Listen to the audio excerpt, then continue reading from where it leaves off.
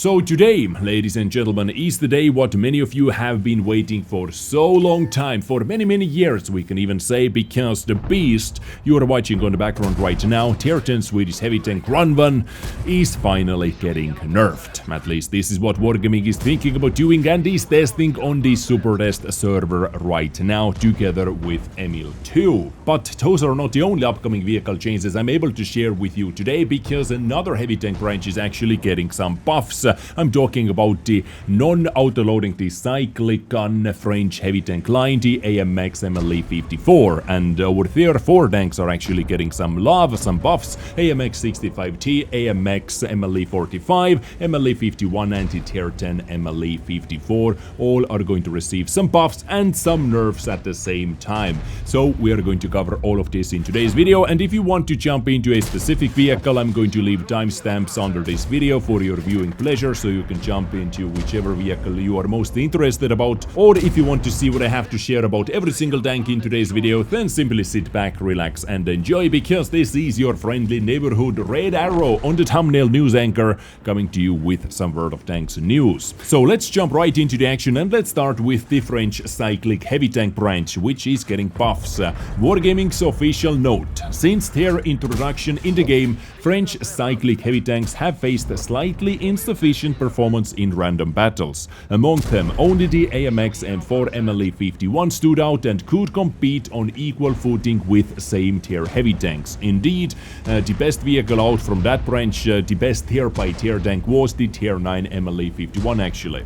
Over time, the popularity of this branch decreased even more, and this is why we have decided to significantly revamp the characteristics of these vehicles. Sounds intriguing, it does, right? Significantly revamping. So let's have a look what they did. First up, the Tier 7 AMX M4 mle 45. They increased the survivability of this vehicle by increasing the upper frontal plate armor to roughly 195mm of effective armor.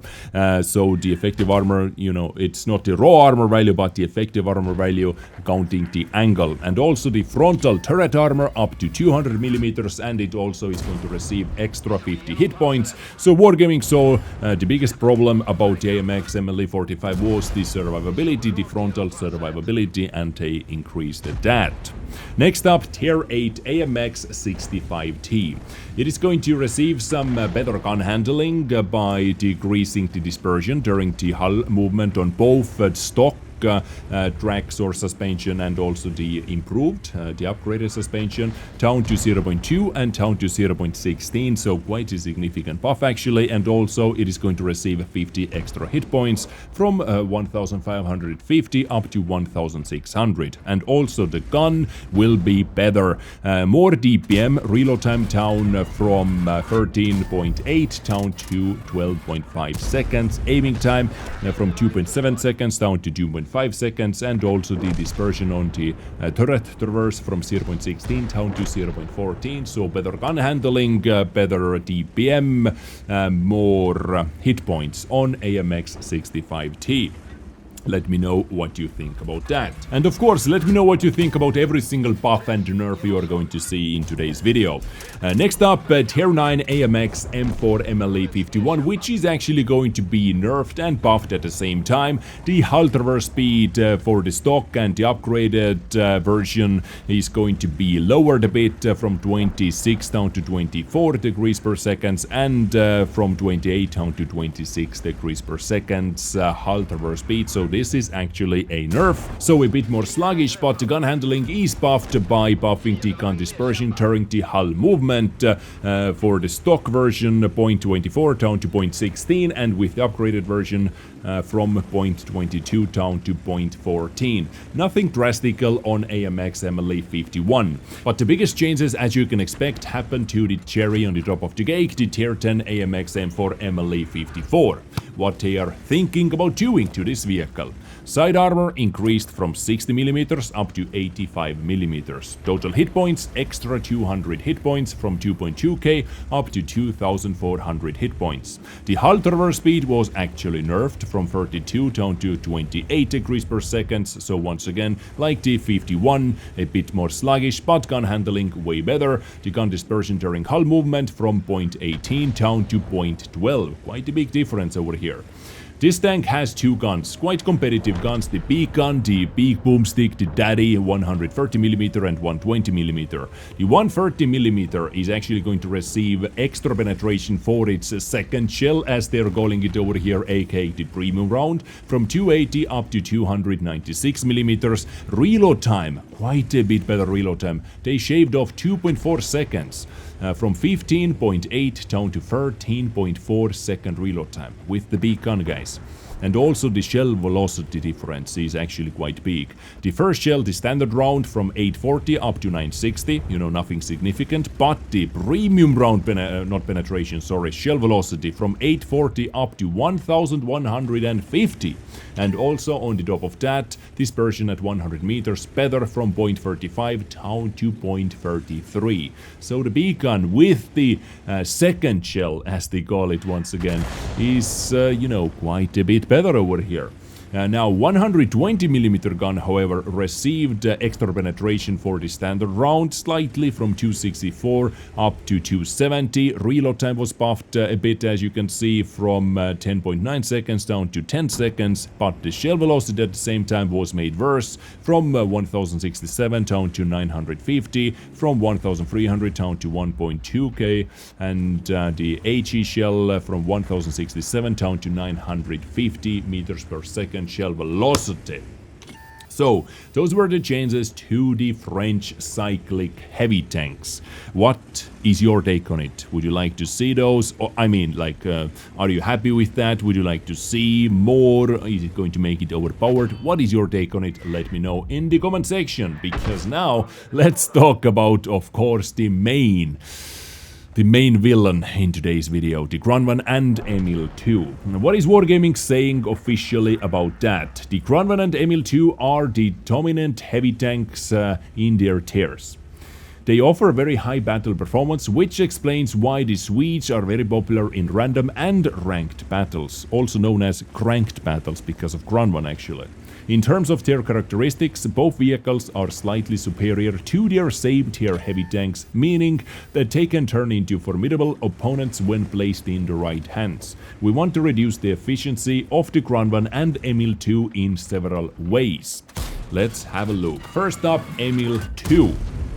Top speed nerfed from 56 down to 40 kilometers per hour. Reverse speed from 18 down to 12 kilometers per hour. On the top of that, the 12 centimeter gun, dispersion at 100 meters nerfed from 0.48 up to 0.42. Gun dispersion during turret traverse from 0.12 up to 0.18, and reload time of the full magazine from 25 seconds up to 30 seconds, so extra 5-second reload on the entire magazine. On the 10.5 centimeter gun, dispersion from 0.36 up to 0.38, dispersion from 0.12 up to 0.14, and reload time from 22 up to 25 seconds. This is what they did to, or this is what they're thinking. Once again, characteristics are not final, subject to change. This is what they're thinking about doing to Emil 2. Kranvagn, tier 10 Kranvagn, the absolute animal, right? Maximum forward speed from 60 down to 45. Shaved off 15 kilometers per hour. Maximum backward speed 18 down to 12 kilometers per hour. Dispersion at 100 meters from 0.36 up to 0.40. Gun dispersion during turret traverse from 0.1 up to 0.18. And reload time from 21.5 seconds up to 25 seconds. So it is definitely not going to be as mobile as it is right now. Simply, cruising around battlefields, taking one position, killing everything over there, going to another position very fast, killing everything over there. So, lower mobility, slower mobility. Not as accurate, but you know, this is a hull down tank facing enemies face on from 100 meters. How much is that going to matter? We'll see, right? Gun dispersion as well, not able to take that snapshot, those snapshots. You know, the gun dispersion nerf to combine with the dispersion, of course, it is going to equal missing more shots, and the reload time nerfed as well, so it is not going to reload that fast. It is not going to reload faster than, you know, Rhino loading its first shell, basically.